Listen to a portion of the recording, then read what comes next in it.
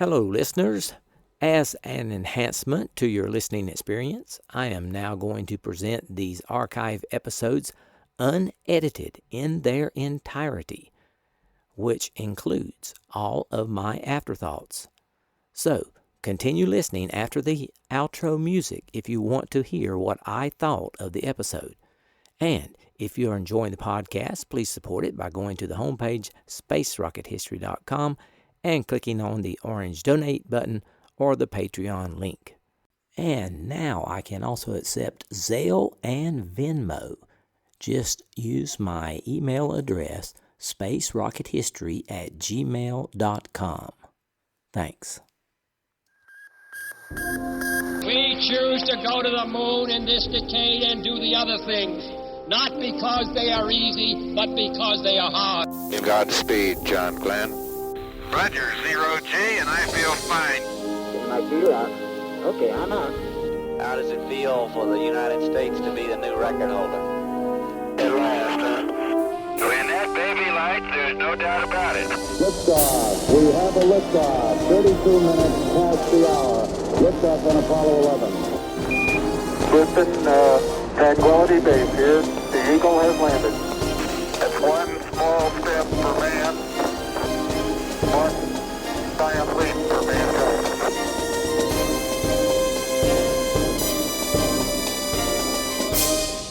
Hello and welcome. This is Michael Annis, and you're listening to episode 237 of the Space Rocket History Podcast. And now, Apollo 12, Lunar Module Pilot Alan Bean, the artist. My name is Alan Bean. I was, at that time, Captain Alan Bean. I was lucky enough to be the lunar module pilot on Apollo 12, so I became the fourth man to walk on the moon. After that, I flew in Skylab, a commander of Skylab 2. And so I had a really wonderful career at NASA. I was there 18 years as an astronaut, and I'm an artist now, painting my experiences. Alan Laverne Bean was born March 15, 1932, in Wheeler, in the northeast Texas Panhandle. He is of Scottish descent. His father worked for the U.S. Soil Conservation Service. He grew up in Fort Worth, Texas, where he became enamored with flight at an early age. As a boy, growing up during World War II, he saw many pictures of people flying aircraft, and his home was near an air base. At an early age, he decided to become an aviator. It started when I was a youngster, as far back as I can remember. I wanted to fly airplanes. And I don't know why. I just liked the way they looked. I liked the way they moved through the sky. I liked the way they sounded. My dad would take me out to the airport on Sunday, and I'd look at them come in and watch the propellers turn. I liked the way they smelled. I like everything about them. I think we're all trapped in being who we are, what we like and what we don't like. And one of the challenges we have in our life is finding out how to take the things we like and make a life out of them. Alan Bean began flight training when he was just 17 years old and still in high school by joining the Naval Air Rescue. He graduated from Pascal High School in Fort Worth in 1950 and went on to the University of Texas at Austin, where he received a Bachelor of Science degree in Aeronautical Engineering in 1955. At the University of Texas, he was a member of the Delta Kappa Epsilon fraternity. Bean was a Reserve Officer Training Corps student, so he was commissioned as an ensign in the United States Navy upon graduation. I just finished a year and a half of flight training, and I was a good pilot, but I wasn't the best pilot. They had an award every week in flight training called Student of the Week.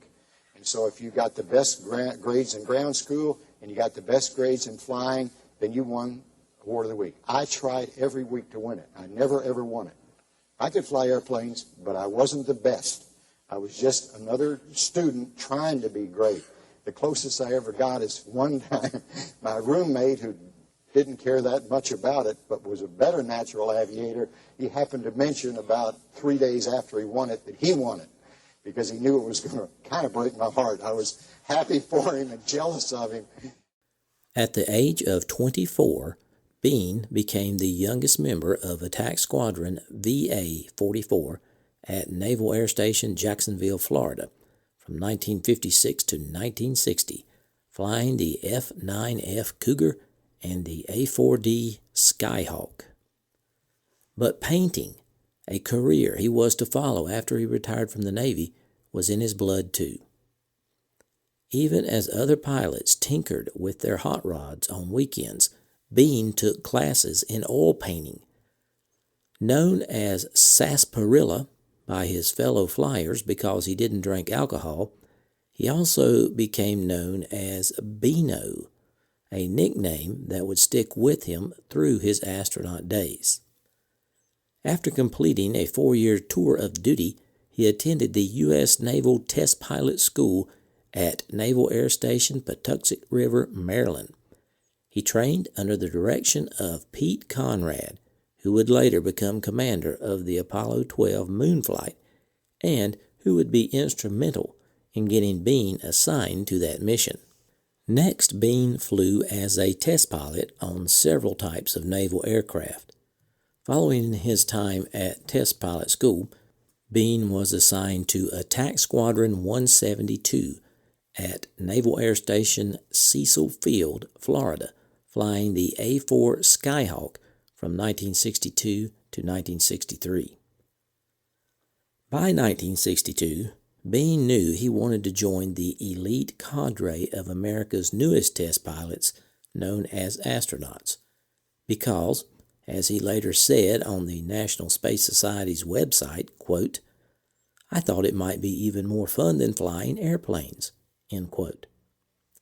In that year, he applied and made the final cut of 35 candidates, along with his old instructor, Pete Conrad.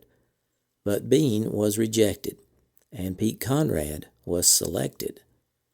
Undaunted, Alan Bean applied again the following year and was selected by NASA as part of Astronaut Group 3 in 1963. Okay, I finally show up here at the Johnson Space Center. We're flying P-38s. That's the Johnson Space Center over there in the background. And like every job you approach, there's good news and bad news. Okay, the good news first. The good news was I was surrounded by people that believed and cared. If you didn't believe that we could get to the moon, even though we didn't know how, and even though it seemed like an impossible dream, it wasn't possible to stay. If you didn't care enough to be dedicated to finding a way, then you wouldn't stay. It just wasn't possible for you to get into it. And that was the characteristic that was so wonderful about being there. I was just surrounded by these people. We didn't know how we could do it exactly. That was the bad news. Bean's first assignment was backup command pilot for Gemini 10. But Bean was not good at playing the astronaut office politics, so he was not successful in securing an early Apollo flight assignment. Instead, he was placed in the Apollo Applications Program, which was concerned with low Earth orbit flights planned for after the moon landings. In that capacity, he was the first astronaut to dive in the Neutral Buoyancy Simulator and a champion of the process for astronaut training. It is likely Bean would have remained in the Apollo Applications Program, but a tragic event occurred. Fellow astronaut Clifton Williams was killed in an air crash, and as a result, a space was opened for Bean on the backup crew for Apollo 9. Future Apollo 12 commander and old friend Pete Conrad, who had instructed Bean at the Naval Flight Test School years before, personally lobbied NASA to have Bean assigned to his Apollo 9 backup crew. And so it was that Pete Conrad, mission commander, Dick Gordon, command module pilot, and Alan Bean, lunar module pilot, got in line for Apollo 12, the second mission to land humans on the surface of the moon. Since the actual landing site of Apollo 11 turned out to be as much as 4 miles off target, one of Apollo 12's prime objectives became to perfect a pinpoint landing. Planners chose Apollo 12's target, the landing site of Surveyor 3, an unmanned probe that had touched down in the Ocean of Storms in April of 1967. If the Apollo 12 crew could walk to Surveyor 3 after they landed, they would know their mission was a success. Then they said to us, look, on future missions, the geologists want us to go to, big crevasses in the moon or near the mountains. We're going to have to be pretty accurate landing. The Apollo 11 landed within 4 miles of where we wanted them to land. We've got to do better. We want you to land in a spot where this surveyor was, not necessarily to get the parts off it, but as long as you're there, why don't you do it? But to find a way, demonstrate, work with Mission Control, work with Grumman, work with MIT to figure out how to land more accurately. And so that's what we did. I'll tell you one thing I learned at NASA. People and groups of people are a lot better than you think, or I would think. I remember when they told us we were going to do this, I said, we can't do that. We did the best we could do a month or two ago. Suddenly we're going to do better. But our leader said, you'll do better. Y'all start working, doing better on this. And lo and behold, after 4 months, we did do better. Apollo 12 was launched on November 14, 1969. A perfect liftoff was marred just 36 seconds into the flight when the moon rocket was hit by lightning, overloading the ship's electrical system and scrambling its navigation platform. As Bean later said on National Public Radio, quote, "When all these warning lights came on, it was unlike anything we'd been trained for years, maybe 5 years beforehand. We had no idea whatsoever what happened." End quote. With the help of Mission Control, however, the crew recovered the mission, reached Earth orbit, and continued on to the moon. Bean was the astronaut who executed John Aaron's famous flight try SCE to AUX instruction to restore telemetry after the spacecraft was struck by lightning 36 seconds after launch, thus salvaging the mission. After a 3-day journey, Apollo 12 did achieve its main objective, setting down within sight of Surveyor 12. Bean became the 4th person in history to set foot on the moon after he followed Pete Conrad from the ladder.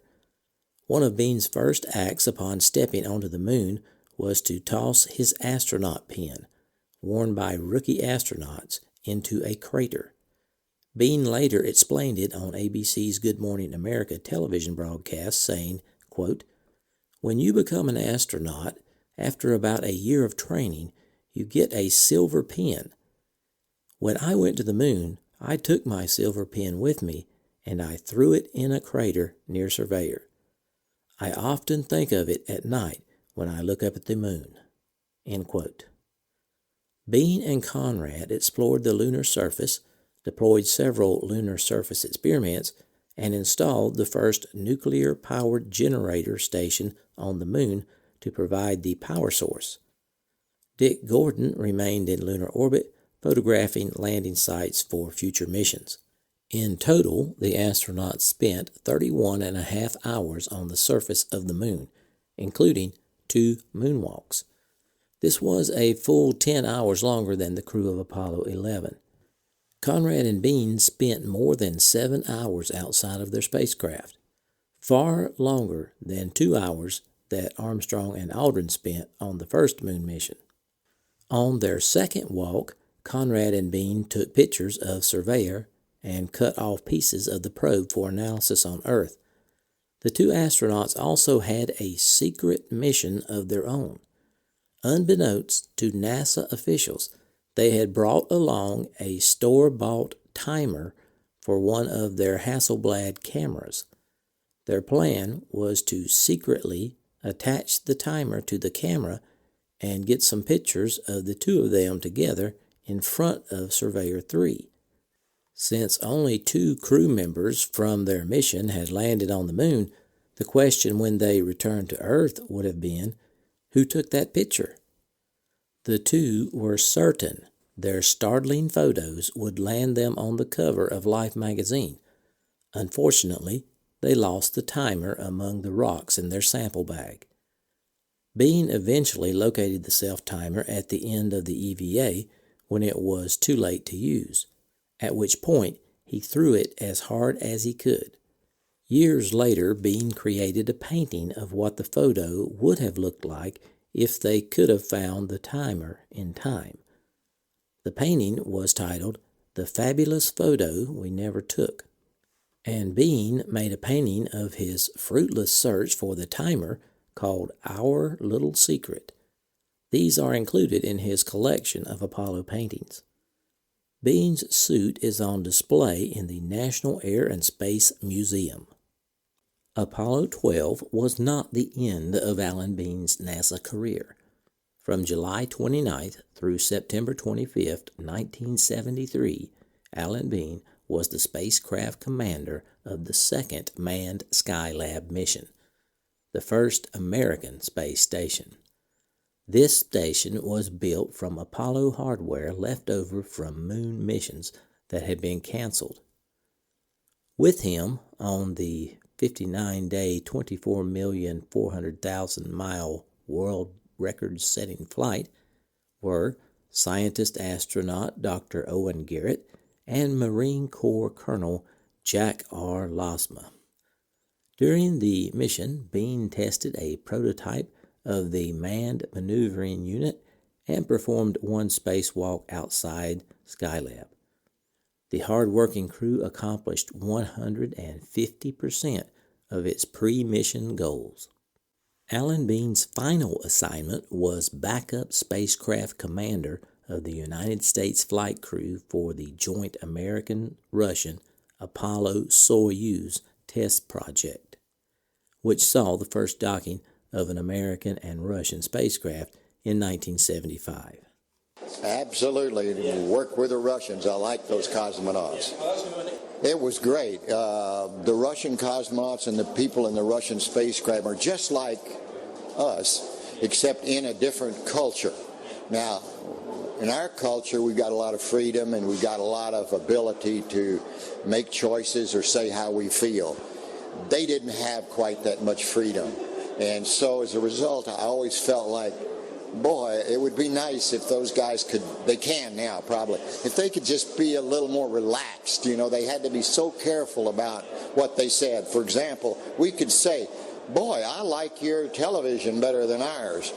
They couldn't say, boy, I like your television better than ours. Or, I like your cars, those are nifty. They couldn't say that about us. So they had to be a lot more circumspect than we did. It was more difficult for them, but they're great human beings too. After completing his assignment, Bean retired from the Navy in October of 1975 with the rank of captain.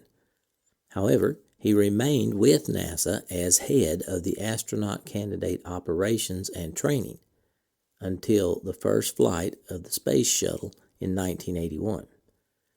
Bean logged 1,671 hours and 45 minutes in space, of which 10 hours and 26 minutes were spent in EVAs on the Moon and in Earth orbit. Next, Bean decided he wanted to devote full time to painting and public speaking. He told the Washington Times, quote, "I love being an astronaut. I would have loved flying the space shuttle, but there were people there who could do it as well as I could, or better. Yet no one was interested in doing this other job, which was recording it artistically," end quote. Bean said his decision to leave NASA was based on the fact that in his 18 years as an astronaut, he was fortunate enough to visit worlds and see sights no artist's eye, past or present, had ever viewed firsthand, and he hoped to express these experiences through his art. Bean confessed to People magazine that even on the moon, he had to squelch his artistic instincts, saying, quote, "I remember once looking back at Earth and starting to think, gee, that's beautiful. Then I said to myself, quit screwing off and go collect rocks. We figured reflection wasn't productive," end quote. As a painter, Bean wanted to add color to the moon, saying, quote, "I had to figure out a way to add color to the moon without ruining it," end quote. In his paintings, the lunar landscape is not a monotonous gray, but shades of various colors. Bean said, quote, "If I were a scientist painting the moon, I would paint it gray. I am an artist, so I can add color to the moon," end quote. To lend his paintings an authentic ruggedness, Bean paints on plywood, normally used to make airplane frames. Bean is the only artist to use real moon dust in his paintings. When he began painting, he realized that keepsake patches from his spacesuit were dirty with moon dust. So he added tiny pieces of the patches to his paintings, which made them unique. He also uses a hammer to make the painting rugged, and that is the same hammer he used on the moon to pound the flagpole into the lunar surface. Also, he uses a moon boot to put texture into his paintings. Here's Alan Bean explaining how he creates the paintings. Boot prints? Those are boot prints.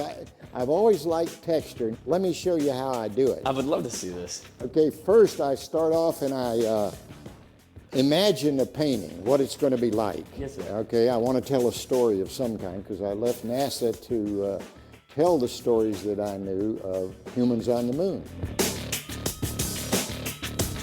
Now when I get ready to paint the picture, I say I got to get some texture. So I cut a board like this. It's a plywood that you make real wooden airplanes out of. Then I get a texturing material called modeling paste and put on here. Then I get a moon boot. Now, I can't get mine because we left ours on the moon to save weight. But this is just exactly like the one I wore, not as dirty as the one I wore. But then I take in the material, push it down in there, like that, see? Then after a while, maybe an hour or so, I lift it out, and then there's sort of an image of a boot. Then I wanted to have some other texture between it. So this is the hammer that I had on the moon. That is something else. That I drove in the flagstaff with and broke up rocks and pounded rocks.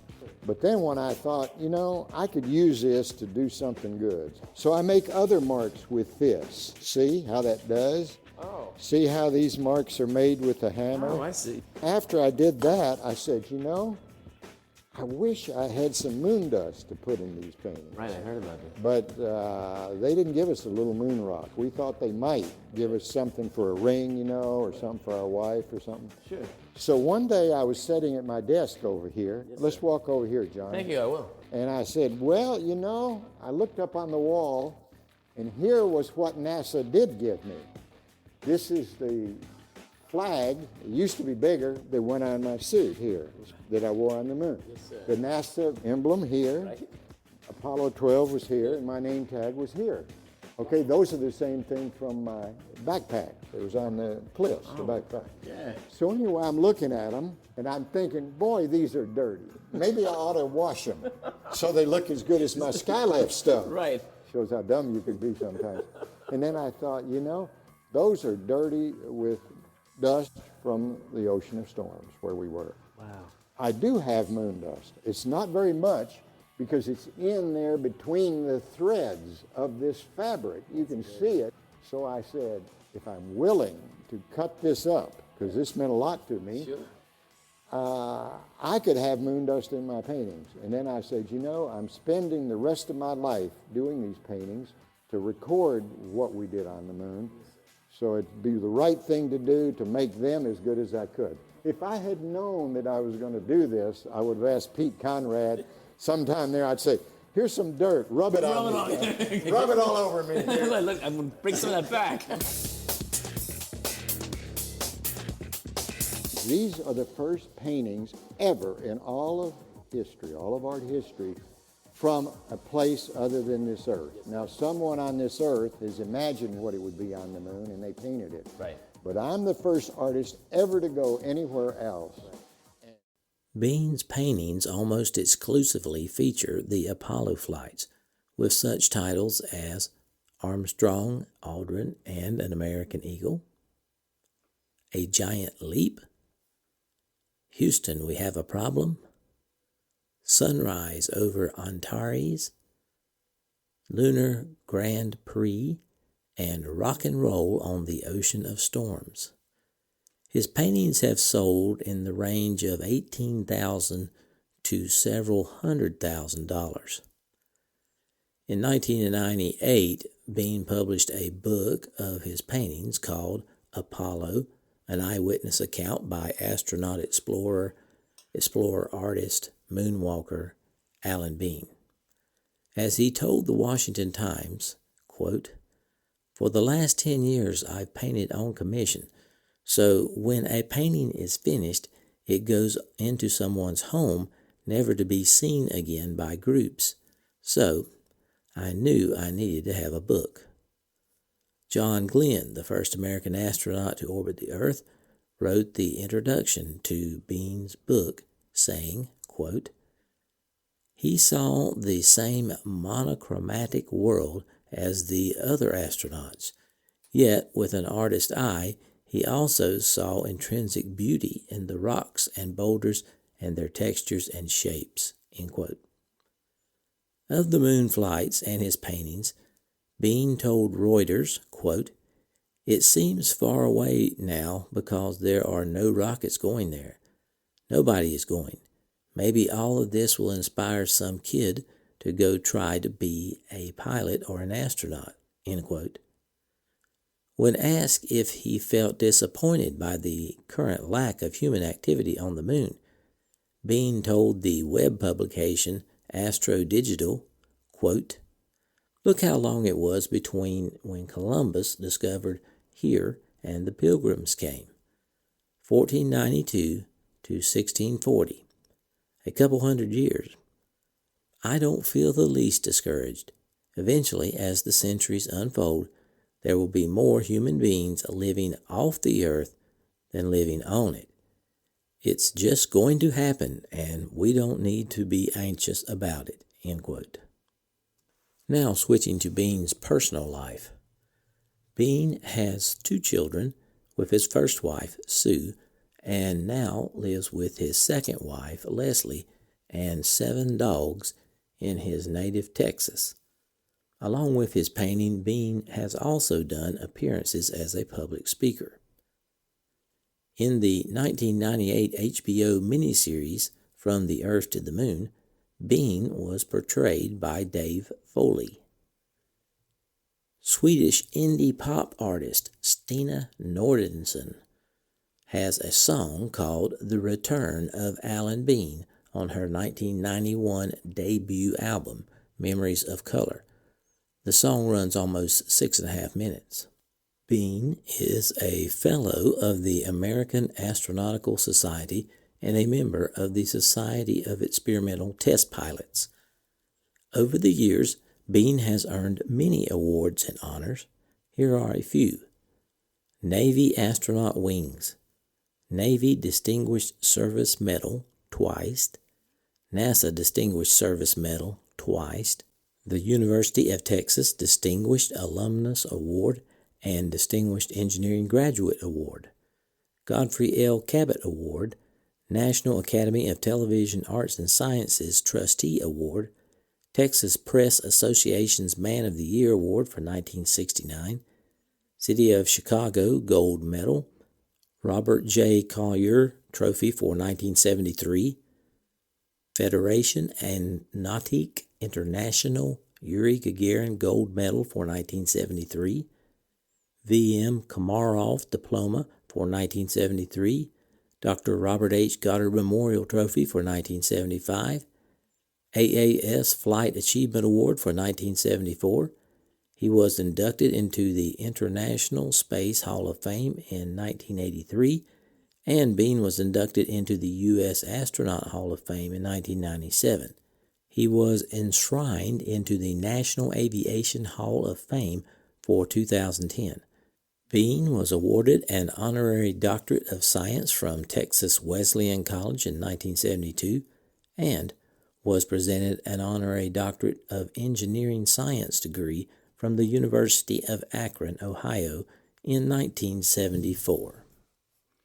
In closing, I have a clip of Alan Bean reflecting upon his NASA career. I'm proud of this. I'm proud of it to be part of NASA, proud to be working there for 18 years. The finest humans I ever met in the world in my life were at NASA, and I'm sure they're there now. I don't know many of them anymore, but I'm sure they still represent the cream of the crop in character, in ambition, and imagination, because that's what I found when I was there. We had an impossible dream to accomplish when I got there, but I was surrounded by people that believed we could find a way to do it. And that's one of the things I think about frequently, is at NASA, you have the opportunity to accomplish impossible dreams.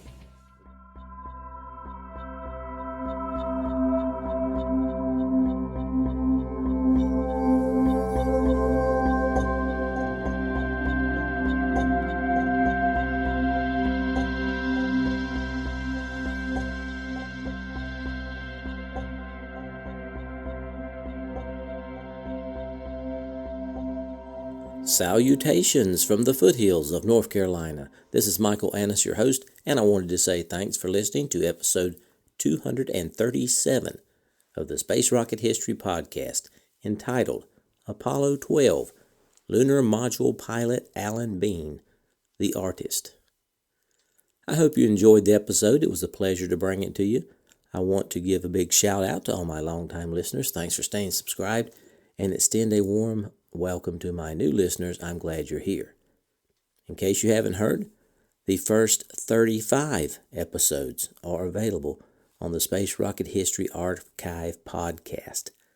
This means that the first 35 episodes are once again available on iTunes, Stitcher, Google Play, and all your favorite podcatchers.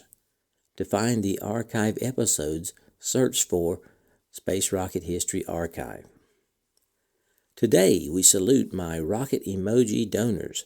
These donors have donated for at least 2 years in a row and receive a rocket emoji next to their name on the donors list. Thank you, rocket emoji donors. Hopefully, you will advance to the moon emoji in 2018. I have one important announcement. Next week, I am taking Christmas holiday off. So there will be no episodes of any kind next week. No episodes. The next episode will come out early in January. I had some afterthoughts, and first I want to give credit to NASA X for the Alan Bean painting audio clips. And I don't know if I was clear on the crew rotation for the Apollo flight, so I'm going to explain it again. By getting assigned to the backup crew of Apollo 9, it meant that in all likelihood, Conrad, Gordon, and Bean would become the prime crew for Apollo 12. That is how the crew rotation usually worked, unless something unexpected happened. Well, what did you think of Alan Bean? I thought he was a man of many talents. Pilot, fighter pilot, test pilot, astronaut, explorer, moonwalker, and artist. I actually have an autographed copy of his book, Apollo, An Eyewitness Account. There are a lot of his paintings in the book, and you can see the texture he puts into his paintings. They look really good to me. And wasn't that a unique and interesting way to paint using moon dust, the moon hammer, and a moon boot? I would love to have one of those paintings for the SRH studio, but I just can't afford to spend that much money. Okay, I posted some pictures and the audio for this episode on my homepage, spacerockethistory.com. Hope you check that out. I was very pleased to receive several new donations to support the podcast over the past week. David B., a great supporter of the podcast, donated at the Saturn V Lego level and pledged on Patreon above the Orion level. Thank you so much, David. John W. donated at the Orion level and earned his rocket emoji. Matthew B. from the UK donated at the Gemini level and earned his satellite emoji. Martin K. from Germany, actually from the German Space Operations Center, donated at the Soyuz level and earned his rocket emoji. Stuart L. from Texas donated at the Gemini level. Anthony D. from Sydney, Australia donated at the Mercury level and earned his moon emoji. Mary B. from Las Vegas, Nevada donated at the Mercury level. Mike M. increased his pledge on Patreon and moves to the Soyuz level. Robert B. increased his pledge on Patreon and moves to the Mercury level. Ron B. pledged on Patreon at the Mercury level with rocket and moon emojis.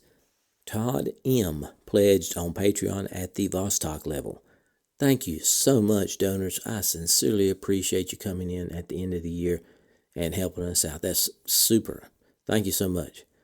Our Patreon donors have reached 145. If you'll recall last week, I think it was 141. So we've got 4 new Patreon donors or returns. And that is just 5 short of the goal of reaching 150 by the end of this year. I am very thankful we exceeded the overall donors goal and have reached 319.